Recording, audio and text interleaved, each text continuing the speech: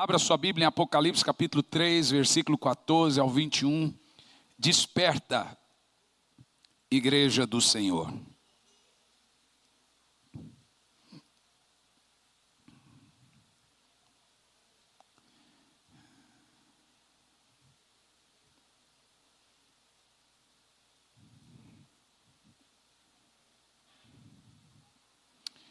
Eu acordei essa semana com uma sensação de urgência tão grande, com a voz do Espírito me lembrando: ei, pode deixar o Rolinés aqui atrás depois, viu? Quando passar o texto. Ei, o arrebatamento da igreja é o próximo evento no calendário de Deus. Por isso eu iniciei o avivamento em 3 fases. A primeira, a peneira. Muitos já foram peneirados e estão. O Brasil, antes dessa pandemia, tinha 7 milhões de desigrejados. É um outro termo para desviado. Que é desviado. Ei, se você não congrega, deixa eu te falar uma coisa com todas as palavras. Pode ficar bravo e reinar, não congrega, é desviado. Arrumar um termo para pecado, falha. Um termo para inferno, disciplina. E um termo para desviado, desigrejado. Para não parecer agressivo. Agressivo, você que perde afinidade com o corpo de Cristo, é desviado. E o Senhor começou a peneirar. E não há desculpa para desviado, irmão. Inclusive, veja, se você não está bem numa igreja, inclusive essa ou em qualquer uma, não fique.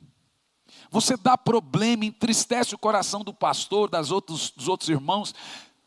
Procure uma outra igreja se você não está feliz. Não fique, tem gente que fala: eu estou orando, para mim você já saiu. E nós não contamos. Não fique num lugar, num emprego onde você está feliz, namore com alguém que você está feliz. Fique no lugar, não fique, irmão. Não fique. Fique aonde você se sente bem.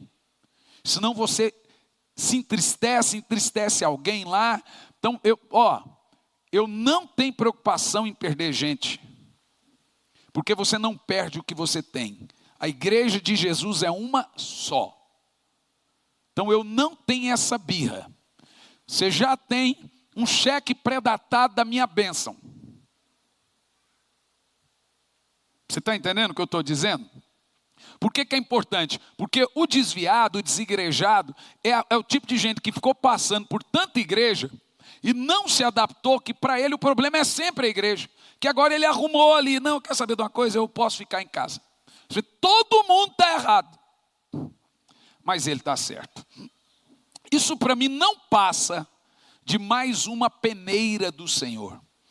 A primeira coisa que o Senhor está dizendo é peneirando. Peneirando. E cai a palha. Mas ainda em cima da peneira fica algumas coisas. Você tem que ficar colhendo, tirando com a mão. A segunda fase é a purificação da boa semente, daquele que ficou da peneira. Agora o Senhor começa a purificar-nos, nos moldar. Por isso que Ele tem nos levantado para orar. Porque o arrebatamento vai acontecer logo, gente. É o próximo evento no calendário de Deus. E a purificação é a santidade. Por isso que nós vamos começar pela cruz e pela pia, nos lavando. E a terceira é a visitação. O batismo de fogo. Vamos ler Apocalipse 3, do 14 ao 21. Ao anjo da igreja em Laodiceia escreve: assim declara o Amém. A testemunha fiel e verdadeira, o soberano da criação de Deus. Conheço as tuas obras, sei que não és frio e nem quente. Antes, texto anterior, antes fosses frio ou quente. E por esse motivo, porque és morno e não és frio nem quente, estou a ponto de vomitar-te da minha boca.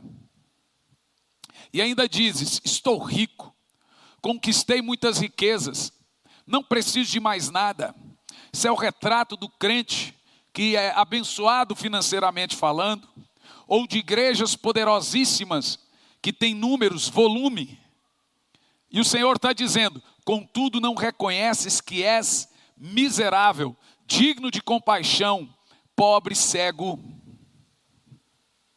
e nu. O que é essa nudez que a Bíblia fala que nos faz pobre? Em Apocalipse capítulo 19, põe na tela a partir do versículo 6, 7 e 8, nós vamos entender por que parte da igreja está pobre, cego e nu. A pobreza, preste muita atenção, toda vez que você sonha com roupa, é a sua condição no reino espiritual.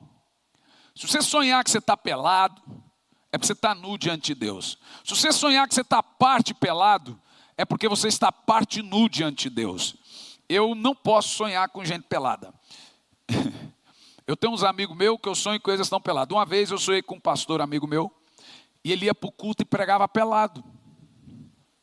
Então eu liguei para ele e falei: fulano, é um negócio esquisito acontecendo com você, que eu estou sonhando com você todo dia. Foi uma coisa boa, foi só com você pelado. Ele levou na esportiva, porque deu 1 ano e meio, 2 anos, explodiu o adultério dele na igreja, acabou a igreja. Houve um tempo na minha vida que a minha vida espiritual não estava boa.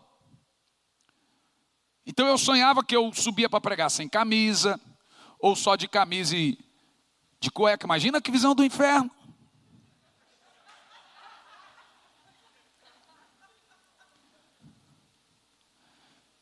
Então ouvi algo semelhante ao som de uma grande multidão, como estrondo de muitas águas e poderosos trovões que bradavam: aleluia, porque o Senhor nosso Deus reina, o Todo-Poderoso já reina. Olha a roupa. Alegremos-nos, exultemos e damos a Ele a glória, porque chegou a hora das bodas do Cordeiro e a sua noiva está preparada. Para vestir-lhe, foi-lhe providenciado linho fino, puro e resplandecente. Porque o linho fino representa a sua vida de oração, suas boas obras, seu jejum, sua santidade, ajuda aos pobres, representa os atos de justiça dos santos.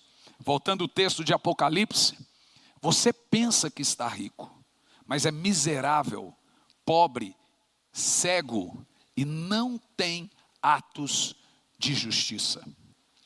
A grande verdade, meus irmãos, é que nós estamos vivendo dias que me assustam em muitos casos. Graças a Deus não é todas as igrejas, nem maioria delas, mas em alguns lugares você prega avivamento e para eles avivamento é um evento. Passou ali 3 dias, eles voltam a outro foco. Nós temos em Curitiba uma pastora Juliana, e é uma das mulheres que agrada muito o coração de Deus, minha intercessora, da pastora, de muita oração. Como aqui minha esposa, minha sogra, e ela é muito usada em sonhos, e Deus fala muito com ela em sonhos. Ela teve um sonho, e por acaso quando ela teve esse sonho, eu estava acabando de orar, então ficou fácil para mim discernir esse sonho. Ela mandou para minha esposa o sonho, e o sonho era mais ou menos assim: havia uma multidão de mulheres embarcando num Boeing turístico para vários lugares do mundo, e o avião era muito grande. Na ocasião minha esposa estava com uma agenda, tipo esse pessoal aí da CVC que vai até o aeroporto para liberar quem vai viajar. E a minha esposa estava com a agenda sentada esperando essas mulheres embarcar. Mas de repente a pastora Ju chegou perto da pastora Elisandra e ela chorava, a pastora Elisandra chorava, muito triste, porque muitas mulheres chegavam na hora do embarque e desistiam e diziam: eu vou voltar para o meu marido, vou voltar para os meus senhores. E aí elas embarcaram, e o avião que era para estar cheio, estava até a metade. Isso me lembrou na hora. Quando a minha esposa me mandou, eu falei, como a minha mente estava fresquinha da oração, para mim veio a revelação como luva. Mulher na Bíblia é a igreja. As 10 virgens é toda a igreja. A metade sobe, a metade fica. O avião é o avião da onda, do poder de Deus que vai passar por todo mundo. Todo mundo orou por anos por avivamento. Chegou a hora dele, o que muitas dessas igrejas, que são todas as mulheres, disseram: vou voltar para os meus senhores. Vou voltar para os meus maridos. Vai lembrar da samaritana? Para os meus ídolos. Vou voltar para os meus afazeres. E a igreja tem um ídolo. O pior de todos. O sucesso. Nem todos querem avivamento. Boa parte querem reconhecimento. Por isso que não oram, porque a oração não dá ibope. Ninguém fica famoso porque tem um secreto com Deus. Ora, se é secreto. Sabe qual é o nome de mostrar o secreto? Sabe qual é o nome de revelar intimidade? Pornografia.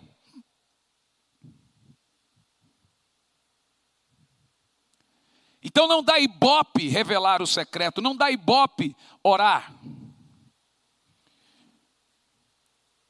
A mulher que estava assentada com a agenda na mão, representa o Espírito Santo. A agenda, ali estava, arrebatamento.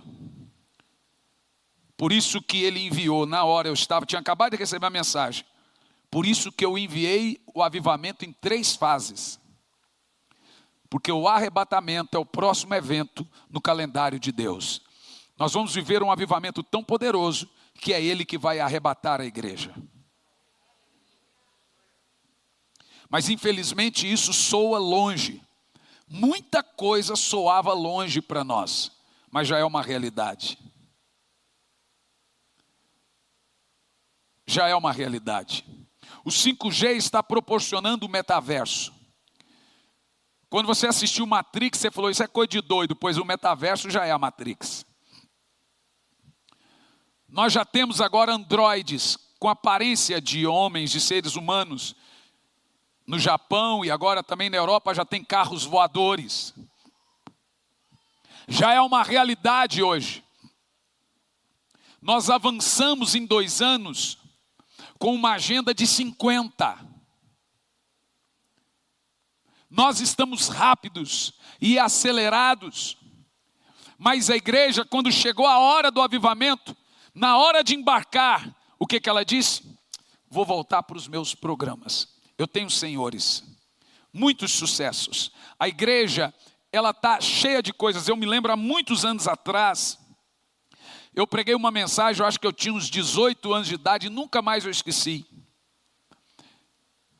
Imagina você, 19, eu estava casado, recém-casado, fui pregar numa conferência de missões, que a minha esposa tem uma secretária do lar.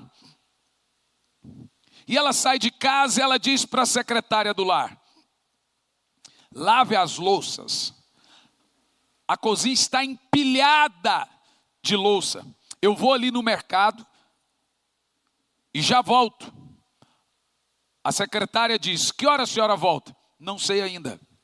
Ela não diz a hora que volta. Mas eu preciso que você lave as louças. Qual é a ordem? E ela vai no mercado. Ela não diz a hora e o momento que ela vai voltar. A secretária do lar, muito eficiente, confunde eficiência com obediência. Ela fala assim: olha, minha senhora vai demorar. Então eu vou também lavar as janelas. Eu vou também limpar o chão. Eu vou encerar. Vou passar umas roupas. E na hora que ela está terminando de passar as roupas, ela fala: agora vou lavar as louças. Mas na hora que ela vai lavar as louças, a minha esposa chega. Ela vê a casa limpa, cheirosa. Mas quando ela vai na cozinha, as louças estão sujas. É assim a igreja. Jesus mandou a igreja fazer uma coisa: ide por todo mundo e pregai o evangelho a toda criatura. Lava as louças. Quando é que o senhor volta? Só lava as louças. O que a igreja deveria fazer primeiro? Lavar as louças. Mas ela faz o contrário. Meu senhor vai demorar, vou comprar uma rádio. Meu senhor vai demorar, vou fazer isso, vou fazer aquilo outro. A igreja está fazendo de tudo, deficiente. Ela está se metendo em todas as áreas da sociedade, não tem nada de errado nisso. Mas as louças estão ficando sujas. E o Senhor está voltando. E aquilo que deveríamos realmente fazer, que era nos santificar, fazer missões, ganhar almas, pregar o arrependimento, não estamos fazendo. A igreja se mete em tudo. Agora é coach, é constelação, é psicologia, é ciência, é tudo que você imagina está dentro da igreja. Menos pregar o evangelho. As louças continuam sujas. Essa é uma igreja eficiente, porém desobediente. Tem fama de que está viva, mas está morta. Se sente rica, mas não passa de pobre, cego e nu. Pobre porque ela não tem as riquezas do espírito. Cego porque perdeu a visão. E nua porque não tem atos de justiça. Mas está rica. Está rica. Está rica na arrecadação. Está rica porque a igreja agora também está virando coisa de rico. Ricos gostam de ir na igreja. Os blogueiros falam que é crente agora. O cara está com um cigarro na boca e falando glória a Deus, aleluia. Uma planta maconha no quintal e faz uma célula em casa. E diz, eu posso fazer. Um outro agora está ensinando as pessoas, fala, você mesmo batiza quem você ganha. Não se respeita mais o evangelho. Não se respeita mais as coisas sacras. As coisas santas. A igreja, parte dela, é evidente, perdeu completamente o foco. Então eles nos levam, porque avivamento dá um up na igreja, ainda mais depois da pandemia, o povo fica animado, o povo estava desanimado, então venha pastor, venha, fique 3 dias, dá um up na igreja, mas logo depois eles voltam para os seus muitos senhores. Não adianta eu acender a brasa se eu não ficar. O fogo e a vida de oração é isso, ó. A vida de oração é o que mantém o fogo aceso.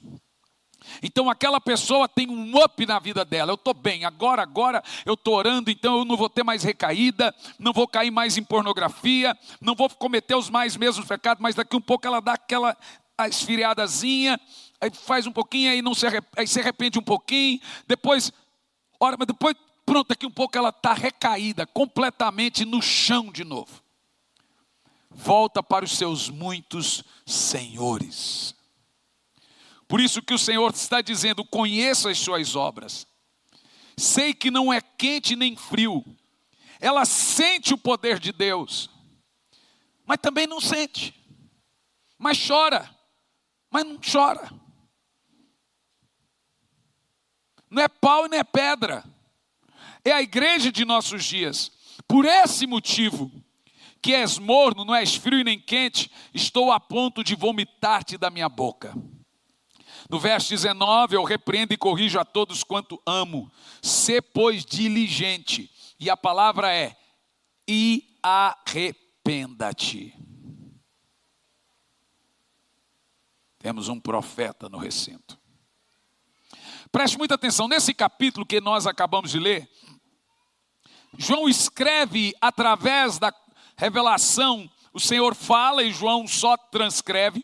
Uma carta para 3 igrejas, Sardes, Filadélfia e Laodiceia. Uma curiosidade muito importante, o número 7 explícito, 54 vezes no livro do Apocalipse, lembra do candelabro que lá é o candeeiro, os 7 Espíritos de Deus, que também representa as 7 igrejas.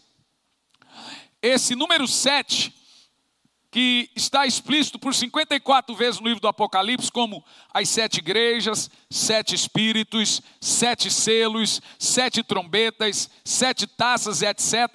Nós temos várias explicações com as 7 bem-aventuranças, 7 referências à palavra de Deus, 7 vezes a referência Deus Todo-Poderoso. Basicamente, o número 7 no Apocalipse, ele representa uma totalidade, em outras palavras, algo como um todo. Falou 7, não tem nada a mais que 7. 7 é o tudo. Então, 7 igrejas é toda a igreja. 7 Espíritos de Deus é o Espírito Santo, é tudo que compõe Deus. Esse é o contexto do número 7. É o inteiro. É como uma barra de chocolate em 7 pedacinhos. Toda a barra tem 7. Então, toda a barra é 7. É o todo, é tudo que existe, é o 7, é o completo. Sendo assim, nós podemos dizer que a carta do Senhor para as 7 igrejas do Apocalipse é aplicada para as 7 igrejas, ou seja, toda a sua totalidade de igreja. Vamos ver uma coisa interessante. Uma rápida síntese. Para Éfeso, Éfeso representa o tempo em que a igreja começou a perder o amor pela obra de Deus, uma igreja fria, logo após o tempo dos apóstolos. Ela começa bem, mas ela vai perdendo o amor. Esmirna representa o tempo em que a igreja começou a ser perseguida, o tempo dos mártires na época do Império Romano. Gente, começou uma corrente estranha. Já estão entrando dentro da igreja, matando pessoas, invadiram agora uma igreja católica, e tá todo dia, começou agora uma corrente aversa de radicais contra o cristianismo. No Brasil. No Brasil. Não sei se vocês estão acompanhando. Então, Esmirna representa a segunda igreja, o tempo em que a igreja começou a ser perseguida, tempo dos mártires na época do Império Romano. Pérgamo, por exemplo, representa o tempo em que a igreja se aliou ao mundo.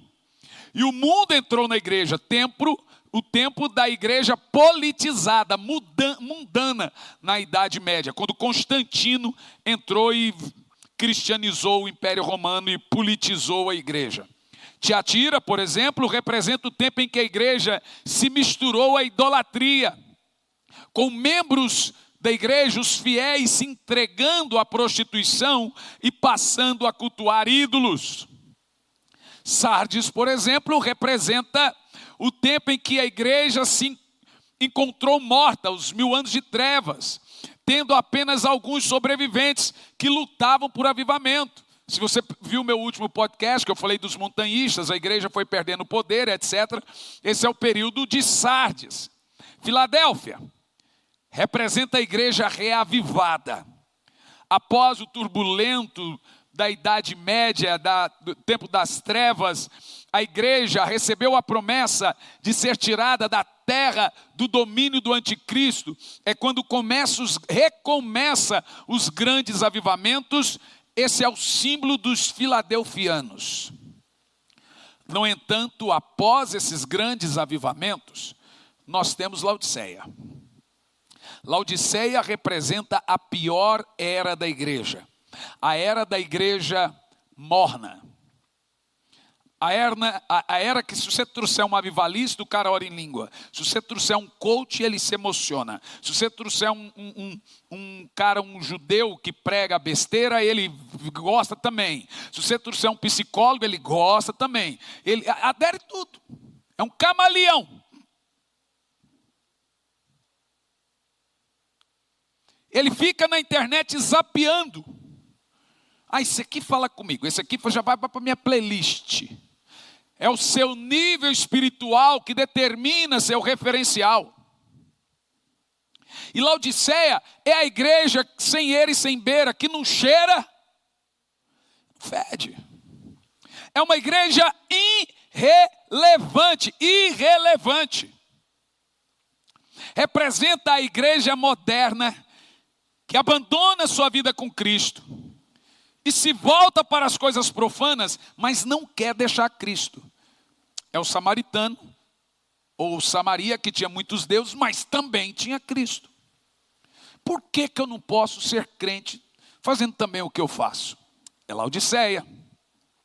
É a igreja que o Senhor disse: que nojo que eu tenho de vocês. Vocês me dão náuseas, me dá vontade de vomitar vocês, porque vocês não têm fervor para nada, vocês nem para pecar, vocês não se entregam de uma vez ao pecado. Não, eu peco, mas eu também tenho que aparecer na igreja.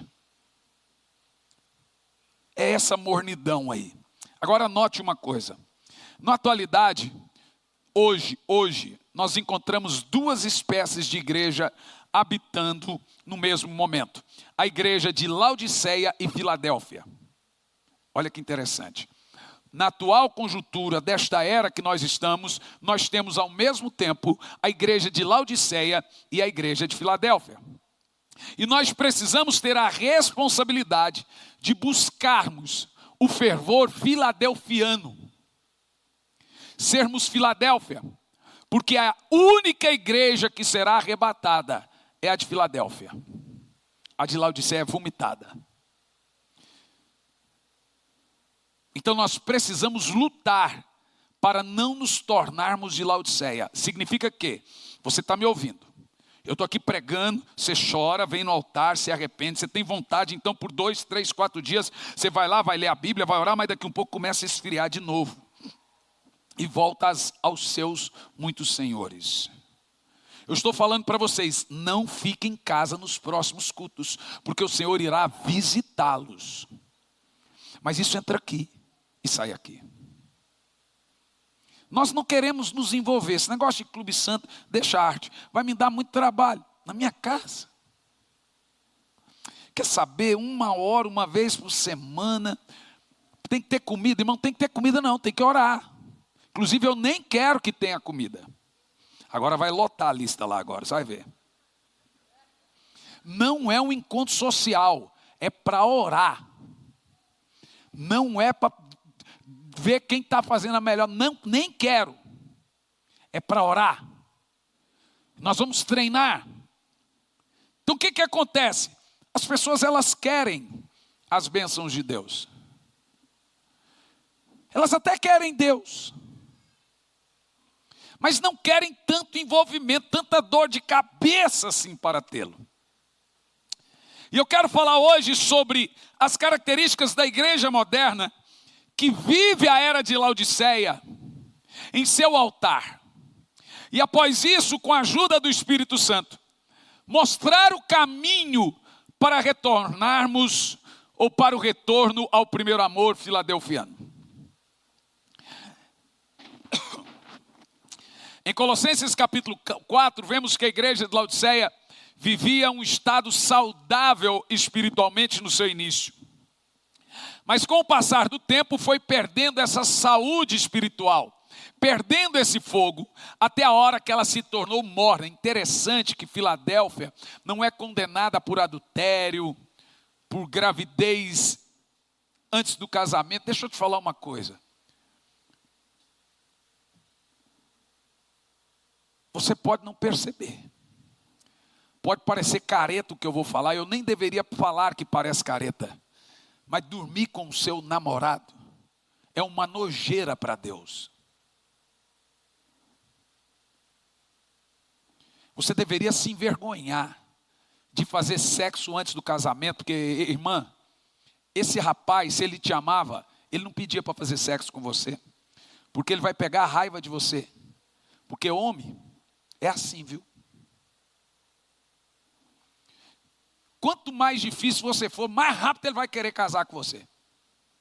Tem hora que ele vai subir nas paredes. Eu lembro que uma vez, eu estava beijando minha noiva. E sem querer a mão passou e não devia. Ela, pau! Foi sem querer. Ah, irmão, namoro, noivado, casamento, 1 ano e meio. Foi rápido demais, véio. Mas hoje,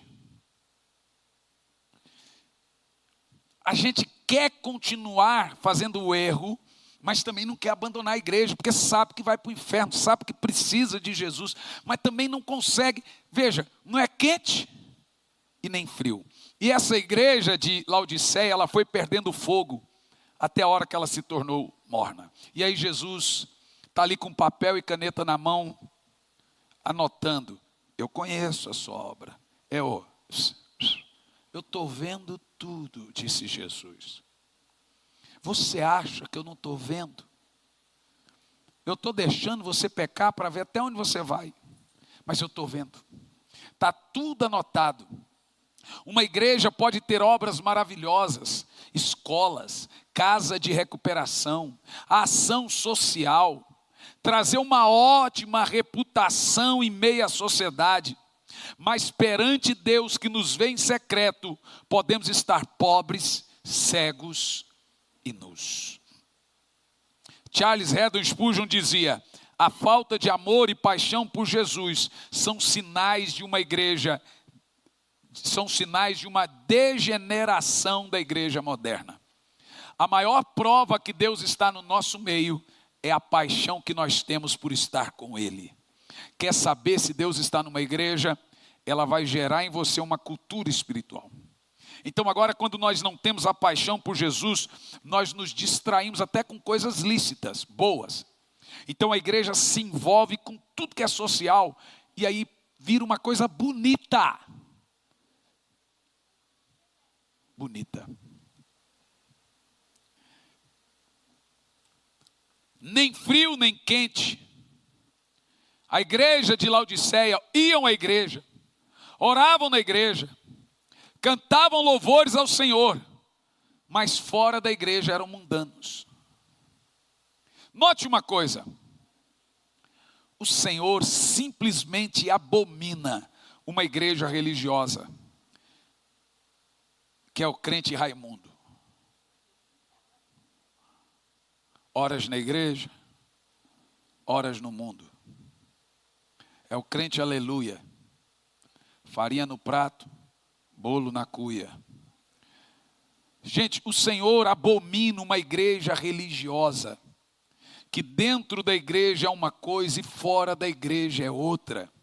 O Senhor diz à igreja de Laodiceia: quem dera fosse frio ou quente, quem dera você fosse um assumido pecador, seria mais fácil eu te resgatar da nojeira, da lama, do que você manter-se na igreja e pensar que está tudo bem, mesmo sendo um nojento. Esse é o conteúdo de Laodiceia. O Senhor está dizendo que seria melhor se você fosse uma igreja fria do que uma igreja morna, pois um crente frio tem consciência de seu estado espiritual. Mas o crente morno é aquele que se vê rico, faz ação social, faz caridade, é um kardecista. Faz obra, às vezes nem falta culto, mas não passa de um religioso. Mateus 6, 5 ao 6, Jesus disse: quando vocês orarem, não seja como os hipócritas. Eles gostam de ficar orando em pé nas sinagogas e nas esquinas, a fim de serem vistos e notados pelos outros. Eu lhes asseguro que eles já receberam a sua plena recompensa. Mas quando você orar, vá para o seu quarto, feche a porta e ore ao Pai que está no secreto. Então seu Pai que vê no secreto o recompensará. O Senhor não olha, Deus não suporta hipocrisia. Crente religioso, muito menos uma igreja religiosa. É mais difícil avivar um crente morno do que um crente frio. É mais fácil lidar com um pecador confesso do que com um religioso que fala: eu faço minhas orações, Deus conhece meu coração, e quem é você para julgar? O frio nos incomoda, nos faz tremer. É preciso pôr muita roupa para suportar o frio. Mas aquele banho morno não nos afeta, não cheira nem fede, não nos incomoda, nos deixa confortável. Comida morna, gente, é horrível. A fria ainda vai, mas a morna não. Muitos querem agradar a Deus e ao diabo ao mesmo tempo. Muitos de nós queremos ter experiências com Deus, mas continuamos a ter uma vida perversa e pregressa ao pecado. Experiência é aquilo que nós adquirimos com Deus por meio de muito tempo e muito esforço. Experiência no trabalho é anos. Experiência como pai é anos. Experiência com Deus também é a prática que leva a... O que é experiência com Deus? O irmão ali é experiente com Deus. Ele passou a ter uma vida de prática com Deus. Em outras palavras, você não tem experiência naquilo que não tem tempo. É com tempo que você tem experiência no seu trabalho. É com tempo que você tem experiência como pai. Pai fresco não tem experiência, está passando um lá no fundo da igreja, pai fresco. E você pode ter certeza que eles ficam sem dormir. Meu primeiro filho, essa criancinha pequena aqui, o Jean, nos primeiros meses, a cada suspirada mais alta eu acordava, ia lá para ver se ele estava vivo. E eu pegava a criança, aí eu falava, gente, deixa a criança dormir. Eu não deixava a criança em paz. Ou é só eu, todo mundo. Então toda hora eu pegava, deixa a criança em paz. O quê? Falta o quê? Experiência. A gente diz que o segundo a gente larga. Não é que a gente larga, o segundo a gente tem experiência. O segundo é menos mimado. O segundo não tem tanta barda. O segundo fala, a senhora ama mais. Não é que ama mais, é que o mais velho você não tinha experiência. Mas quando vem o segundo, você vai largando mais mão. Experiência gasta tempo. E o povo hoje não quer ter uma experiência com Deus, porque vai demandar. Vai demandar leitura, vai demandar oração, vai demandar culto, vai demandar tempo com Deus. Nós jamais teremos experiência com Deus se não gastarmos tempo e esforço para termos. E vai por mim. Você não deve gostar do pecado que lhe aflige. Tem vários tipos de pecador. Tem um pecador que ama o pecado e não se sente pecador. Tem um pecador que ama o pecado e sabe que é pecado. E tem pecador que peca, mas não gosta do pecado. Esse é o que sofre. Então, se você é o pecador que peca e não gosta, só tem uma maneira de você vencê-lo. Experiência com Deus. Você precisa nascer de novo. Você precisa de ter um novo coração. E isso demanda tempo. Todos vocês precisam ter uma experiência com Deus. Só dele. Que eu não posso te dar. Nenhuma igreja pode te dar. Você fica andando para lá e para cá. Ninguém vai te dar. Só a vida de oração. Quais são as características de um crente morno? Ixi. Ai, pastor, eu cheguei na igreja tão bem hoje, vou sair mais ruim. Provável. É provável. Gostaram do meu uísque? Estou brincando, gente, é chave. Viu? Características de um crente morno, de uma igreja morna. Primeira, vamos lá. Religiosa. A mente de Lúcifer entra dentro da mente dele, faz ele se sentir demasiado importante ou crente, mesmo frio. Como você pode estar bem com Deus se você não tem vontade de orar? Tem como isso? Me explica. Mas o religioso pensa, Deus conhece meu coração, eu estou bem, eu estou bem, eu estou bem. Será? Não tem como. Em Apocalipse 3,15 diz, conheça as tuas obras, sei que não é frio nem quente, embora fosses quente ou frio. Uma igreja religiosa é aquela que na sociedade se mostra uma igreja espiritual. Gente, no Instagram toda igreja está em avivamento. Toda igreja no Instagram está vivendo um poderoso avivamento. Vai lá para ver. Vai lá e vê se aquele povo é de oração. Vai lá e vê se ele prega arrependimento. Vai lá e vê se tem arrependimento. Mas eles pegam as melhores fotos. Eu prego aí pelo mundo. Teve igrejas que eu fui pregar. É evidente que é a minoria da minoria. Que são igrejas muito boas de multimídia. Que a geração hoje inevitável tem que ser. E é tão assustador que eles metem um ponto no seu ouvido agora. E fala assim, pastor, nós vamos dirigir você. Como se fosse um filme, um teatro. Agora o senhor dá um passo para frente. Agora dá um passo para trás. Agora o senhor vai para a esquerda. Aqui. Agora vai para a direita. Agora levanta a mão que o rapaz vai tirar foto. Agora fecha o olho.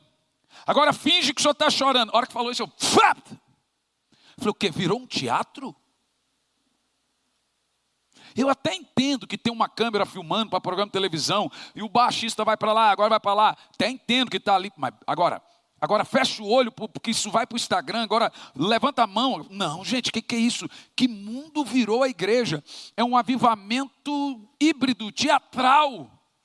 Então, eles pegam uma, duas, ou o que está chorando ali, pau, joga na internet e falam, nossa, essa igreja deve ser boa. Ela tem reputação de quem está vivo. Ela tem fama. Mas diante de Deus, ela está pobre, cego e nu. Segunda característica, autossuficiência. Apocalipse 3,17, ainda dizes, estou rico, conquistei muitas riquezas e não preciso de mais nada. E o Senhor diz, contudo, não reconheces. Quer dizer, não reconhece porque não consegue ver. Eu não consigo ver. Não reconheces que és miserável, digno de compaixão, pobre, cego e nu. Jonathan Edwards disse, o pastor que não ora é digno de pena. E o povo do pastor que não ora é digno de tremenda compaixão.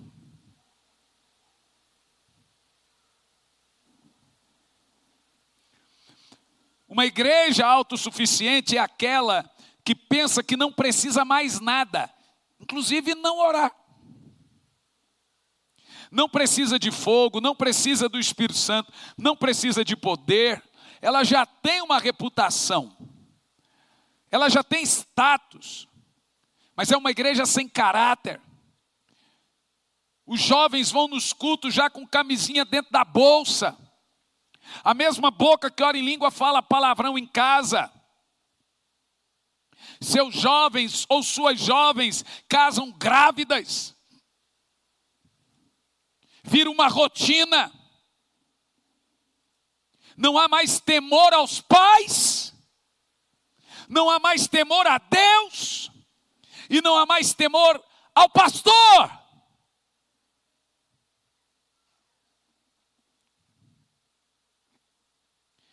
O que importa é o status, a aparência.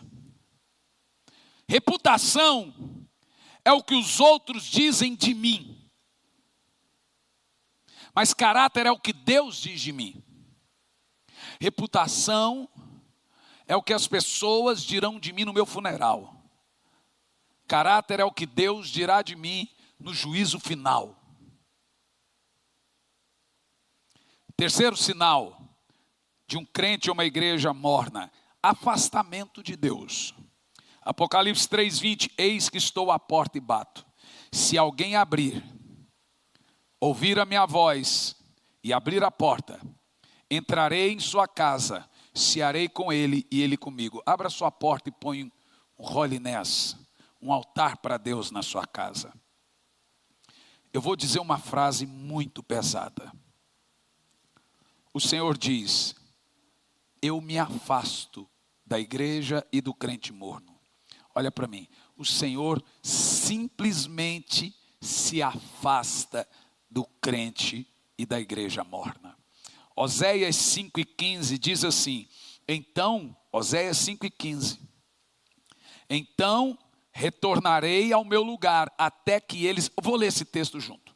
Então retornarei ao meu lugar até que eles reconheçam todo o mal que cometeram e que são culpados, e então busquem a minha face. Se afastou. É certo que debaixo de grande aflição, eles me buscarão desesperadamente com todo fervor. Meu Deus, para que ter fervor só na hora da aflição?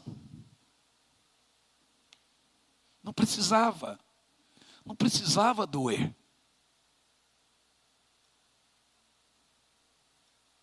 Mas o Senhor está dizendo, eu vou voltar. Porque eles vão ter problemas familiares, a doença vai abater na família deles, e não é eu que estou mandando não, eles se afastaram de mim, estão vivendo à mercê da vida. Nada vai dar certo na vida deles, e quando estiverem em meio a grande aflição, eles vão me buscar. Mas vão me buscar fervorosamente, e diz, então eu retornarei ao meu lugar. Irmão, precisa você sofrer para buscar o Senhor fervorosamente? Não precisa. Não precisa.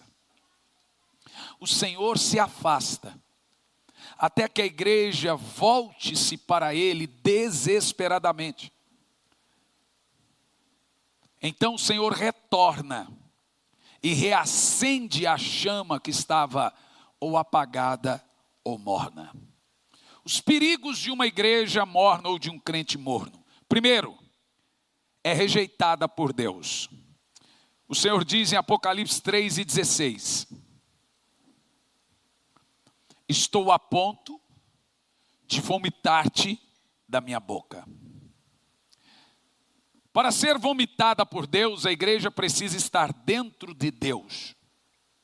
A igreja está dentro de Deus, sendo usada por Deus como luz para o mundo.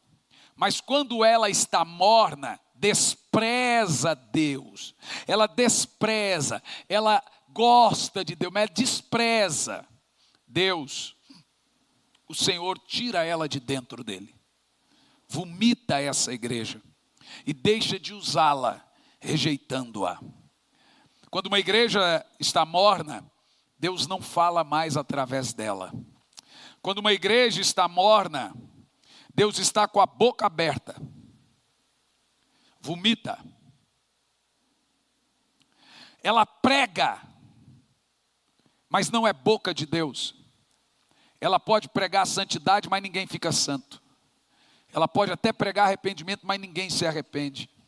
Porque a palavra de Deus nessa boca não é palavra de Deus. Foi vomitado. Em Apocalipse 1,16 diz, tinha em sua mão direita 7 estrelas, são os pastores, e da sua boca saía uma espada de 2 gumes afiadas, que é a própria palavra de Deus, Hebreus 4, 12 e 13. Seu rosto era como o próprio sol quando brilha em todo o seu resplendor. A Bíblia diz que as 7 estrelas, representa todos os pastores, ela tem na sua boca uma espada afiada. Põe para mim Hebreus 4 e 12. Todo pastor tem que ter uma espada afiada na boca. Agora, o que a espada faz? Hebreus 4 e 12. Vamos ler bem alto. Porque a palavra de Deus é viva e eficaz, mais cortante que espada de 2 gumes, capaz de penetrar ao ponto de dividir a alma e o espírito, juntas e medulas, e é sensível para perceber os pensamentos e intenção do coração. Então a palavra de Deus que sai da boca dessas estrelas, ou homens de Deus, diz aqui, tinha na sua mão direita 7 estrelas, Apocalipse 1,16, e da boca desses homens de Deus saiu uma espada de 2 gumes. O que a espada de 2 gumes faz? Corta, discerne corações e revela intenções de corações. O que deve sair da boca de um homem de Deus é para lhe confrontar. A palavra de Deus é algo que corta, é uma espada, não uma almofada.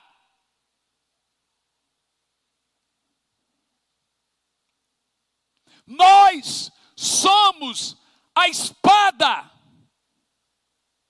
que sai da boca de Deus. Segundo, os perigos de sermos mornos não muda a sua condição. Apocalipse 3,17. Estou rico, conquistei muitas riquezas e não preciso de mais nada. Contudo, não reconheces que és miserável, digno de compaixão, pobre, segue nu. Isso é por causa do orgulho. O orgulho agora faz a pessoa não perceber quem ela é. Não, está tudo bem. Não reconhece. Um crente morno, uma igreja morna, se vê como santo, se vê como espiritual. Deus me ama do jeito que eu sou. Diz que não precisa de mais nada, mas é pobre, cego e nu. Mas eu te pergunto, por que esse crente, essa igreja, não vê sua atual condição? Porque o lugar que mostra a nossa condição espiritual não é acessado. Só tem um lugar que vai revelar o segredo do seu coração. 2 lugares. Primeiro, quando o homem de Deus tem a boca de Deus, é a espada que discerne o coração. Segundo, o quartinho de oração. Então o povo não vê mais seus pecados, porque eles estão se acercando de pastores que falam só que massageia. Então essa palavra na boca de alguns não é mais espada, é almofada. Não corta, não penetra. Segundo, o povo não ora. Então eles não veem mais sua condição real de pobre, cego e nu. Uma igreja morna é uma igreja morta. Terceiro, se encontra numa cegueira espiritual. Uma igreja que não entra no lugar secreto para ver sua condição espiritual, jamais verá sua pobreza espiritual, então consequentemente não verá o Senhor. Uma igreja cega para seus pecados, cega para sua perversidade, estará cega o suficiente para ver a hora que Deus vomitará da sua boca. Ela também será surda na hora que a trombeta soar.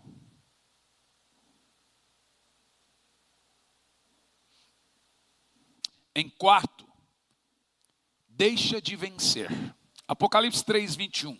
Ao que vencer, terá direito de se assentar comigo no meu trono. Vai valer a pena.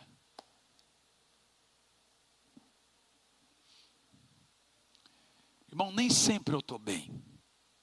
Hoje é um dia que eu estou cansado. Mas eu sei que dormir, logo eu estou bem. Amanhã eu teria podcast, cancelei, vou tirar o dia amanhã para ficar que eu viajo à noite, para ficar com a família em casa descansando. Eu preciso redobrar as energias. Mas você pode pensar, nossa, o pastor está sempre animado e para lá, para cá. Não, tem vezes que eu vou para a cruz e choro sozinho. Falo, Senhor, eu não sei se eu vou dar conta. E eu falo, Senhor, vai valer a pena. Essa me veio na mente agora. Senhor, é um peso muito grande nas minhas costas. Hoje, a hora que eu fui embarcar,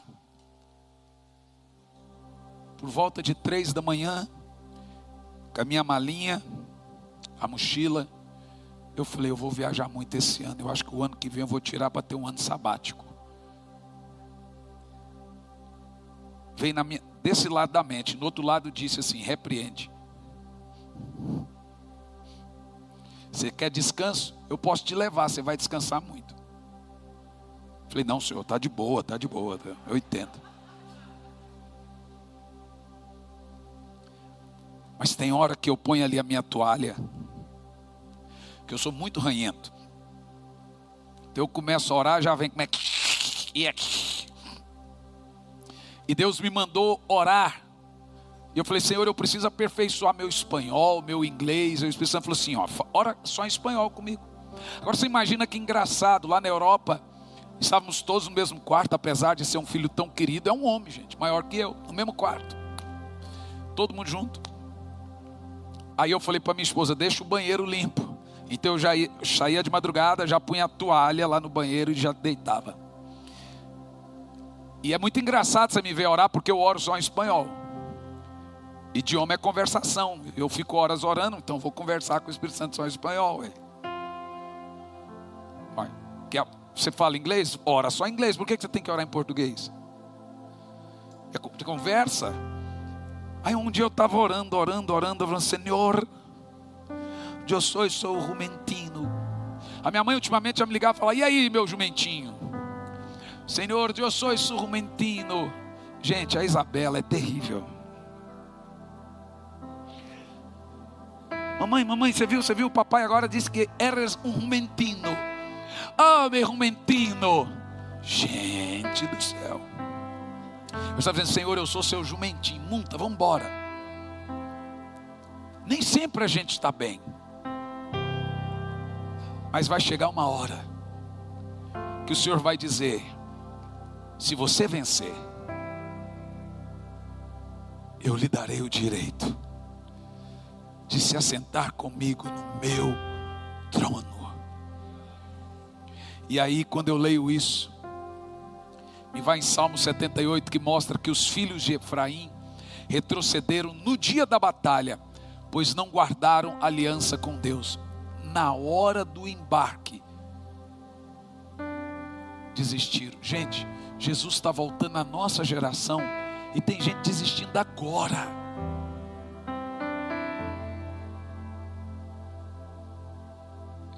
Mas o Senhor está dizendo: se você perseverar até o fim,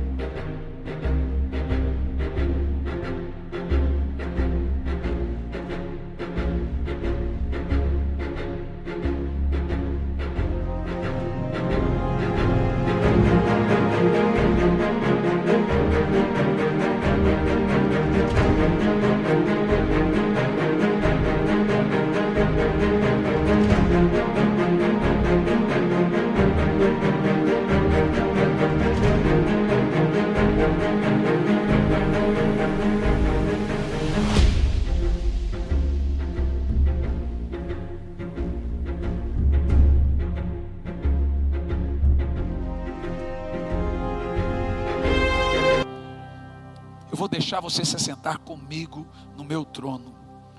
E quando nós chegarmos lá, você vai dizer: meu Deus, como valeu a pena.